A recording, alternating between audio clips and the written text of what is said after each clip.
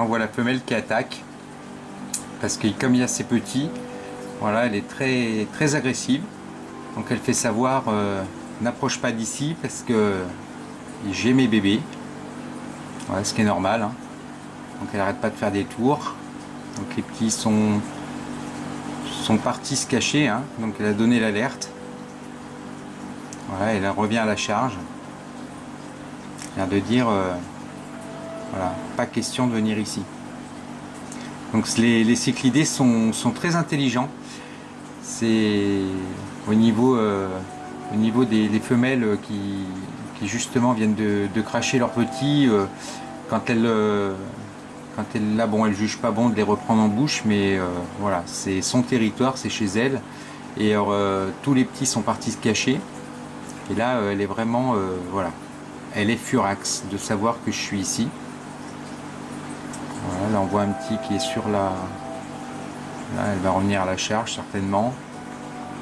Il y a des petits qui sont à côté d'elle là-bas. Ah, elle va les reprendre en bouche. Non. Non, non. Non, elle n'a pas jugé bon.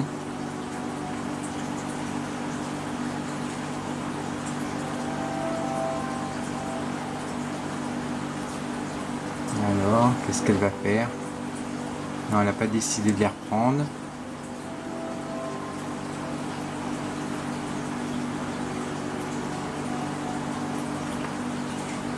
Elle regarde.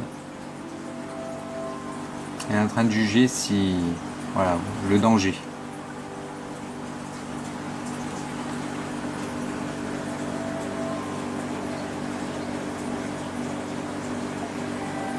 Voilà, elle est avec ses bébés. Voilà.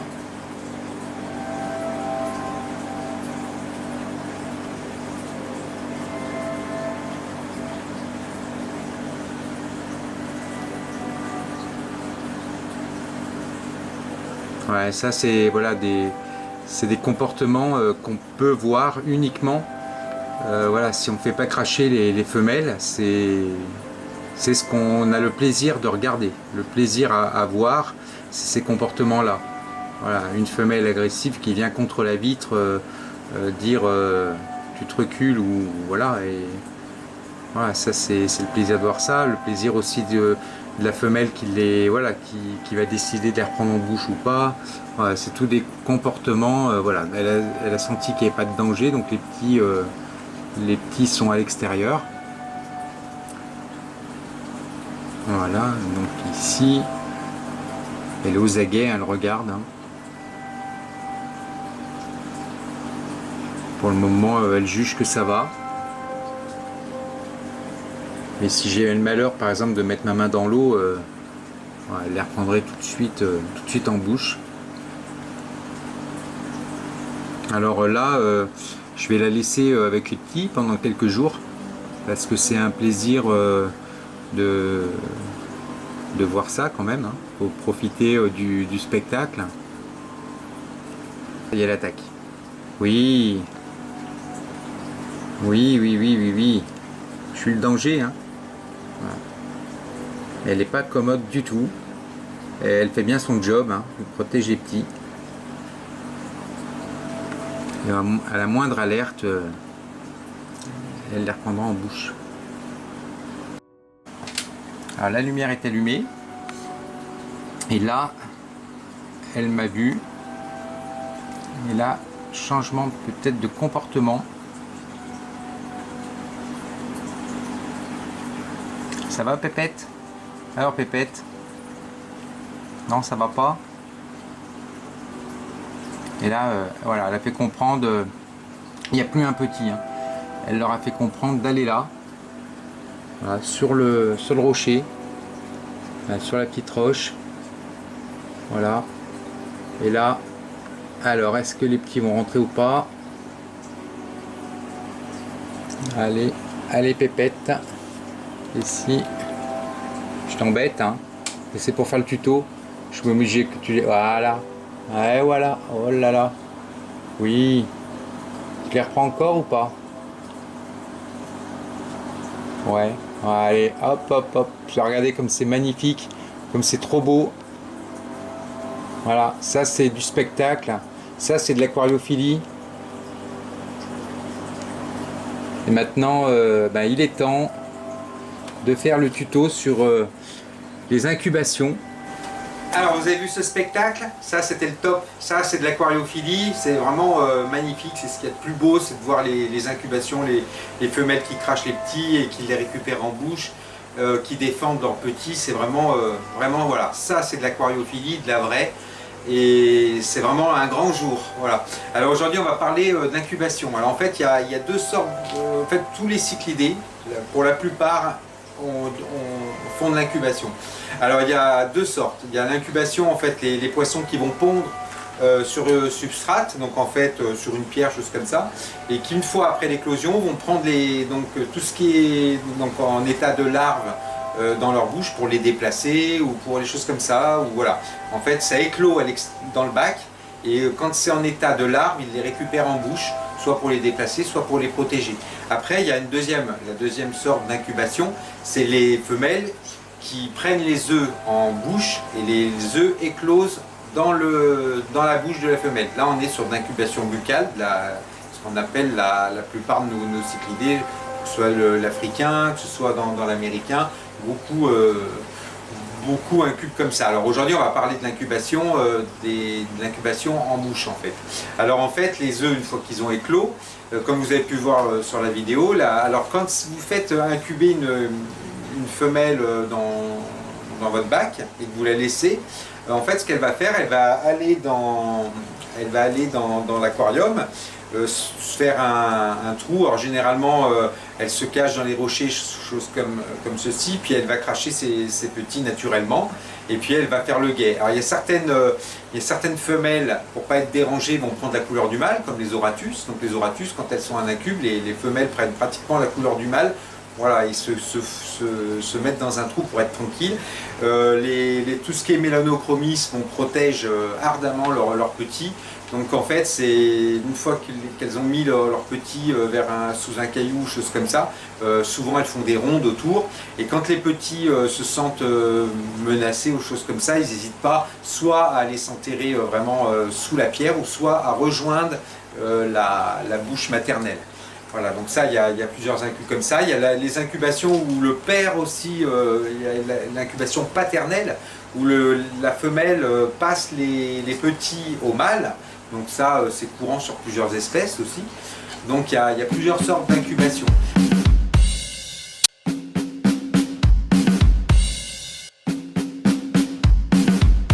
Alors, la durée d'une incubation, c'est simple. Chez pratiquement tous les cyclidés, c'est entre 20 et 22 jours. Alors, si votre aquarium est très chauffé, style à 28 degrés, les incubations sont très rapides. À 19 jours, vous commencez déjà à voir les petits sortir de la femelle qui crache. Autrement, en règle générale, il faut compter. Ça dépend, si l'eau est plus ou moins froide à 23 degrés, bon, dans ces cas-là, l'incubation est plus longue, ça peut aller jusqu'à 25 jours. Voilà. Mais en règle générale, à 22 jours, l'incubation est terminée. Après, il y a aussi des incubations, on va dire, qui sont très courtes chez les jeunes. Souvent, les jeunes femelles qui incubent pour la première fois, souvent elles incubent des œufs qui sont pas fécondés, soit parce qu'elles n'ont pas encore l'instinct d'incubation. Donc au bout de 5 jours, eh ben, l'incubation ne marche pas parce qu'elles ont incubé des œufs qui étaient soit pas fécondés, soit elles n'ont pas l'habitude. Donc il faut laisser, alors souvent on voit ça chez les tropheuses, tous les tropheuses quand ils sont jeunes se reproduisent la plupart du temps, mais c'est des incubes qui ne fonctionnent pas parce que les femelles ne sont pas assez matures ni les mâles. Voilà, donc il faut bien attendre d'avoir un couple adulte pour avoir des très bonnes incubations.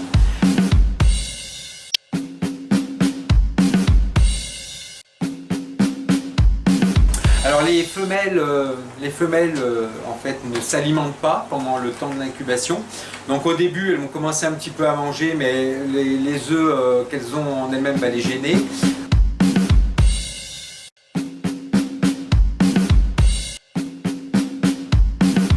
Une femelle en incubation pendant 20 jours, ça va être 20 jours de diète. Donc 20 jours, votre femelle ne va pas manger, mais elle a des réserves. Et c'est pour ça qu'une fois qu'une femelle a incubé, qu'elle a le ventre creux, qu'il ne faut pas la remettre avec le mâle pour une deuxième reproduction tout de suite. Il faut laisser un laps de temps minimum d'1 mois pour que votre femelle puisse se refaire une santé, regrossir, reprendre de la masse en fait pour pouvoir réincuber de nouveau.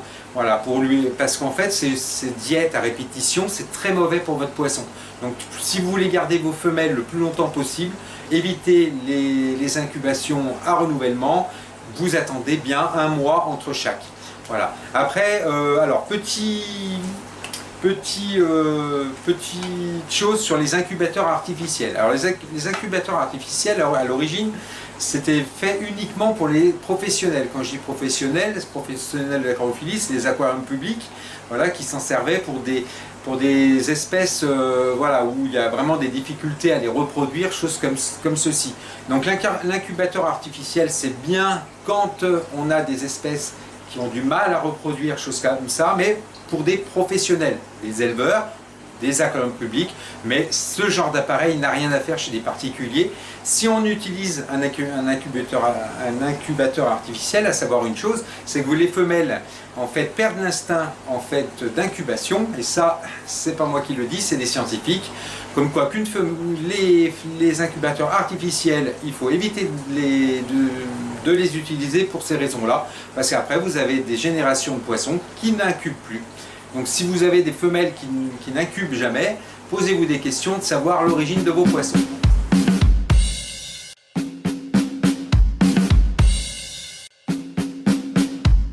Alors comme vous avez pu le constater sur la vidéo, donc les femelles sont très agressives hein, quand elles ont leurs petits. Vous avez vu, elles s'attaquent carrément à la vitre, voilà, et ça c'est magique. Et alors dans votre bac, dans votre aquarium, ça va être exactement la même chose quand elle va être cachée, mais une fois que les petits seront bien cachés autour d'une pierre, si vous voyez une femelle qui est assez agressive et qui fait le tour de cet endroit-là, ça veut dire qu'il y a des petits qui sont pas loin. Voilà. Au niveau des femelles, si vous souhaitez les faire incuber dans un bac de 20 litres suffit pour faire incuber une femelle d'une petite taille. Après, bon, bah, si c'est des grosses femelles, les approches comme ça, il faudra des bacs beaucoup plus gros, bien sûr.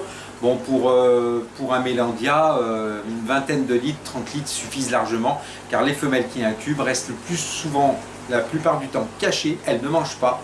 Et elles font très peu d'exercice, elles vont très peu faire de nage, puisqu'elles vont garder au maximum leur instinct de survie et de rester vraiment dans des coins de roche. Donc n'hésitez pas à leur faire un coin bien encaillassé où elles puissent, généralement elles ne bougent pas. Elles restent dans leur trou, elles sortent de temps en temps. Donc un gros litrage pour faire incuber une femelle ne sert pas à grand chose. Il suffit juste d'un petit bac à la taille du poisson bien sûr pour faire incuber vos femelles. Après, une fois que qu'elle a fini son incubation, il faudra être très vigilant au niveau de la remise de la femelle dans le bac, parce qu'elle a perdu sa place au niveau de la hiérarchie, et donc il va falloir être vigilant à ce qu'elle puisse reprendre sa place dans la hiérarchie sans qu'il y ait trop de casse. Voilà. Bon, ben, le tuto se termine, je vous remercie de l'avoir regardé, voilà, c'est un grand jour pour cette femelle. Je vous présenterai à mesure des vidéos les petits qui grossiront, voilà, et je vous remercie, n'hésitez pas à partager, à commenter, et à bientôt pour un prochain tuto.